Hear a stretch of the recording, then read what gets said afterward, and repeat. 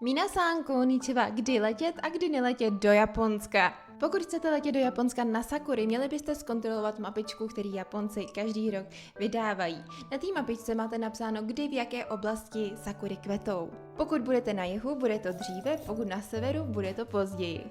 A jenom pozor, v Tokiu to bývá opravdu masakr. Pokud chcete v Japonsku cestovat, tak byste se asi měli vyhnout období Golden Week. To bývá na konci dubna a začátkem května. To z toho důvodu, protože Japonci mají hodně volna a využívají to právě na cestování po Japonsku. Je možný, že právě vlaky budou přeplněný a různé rezervace nebude možný získat.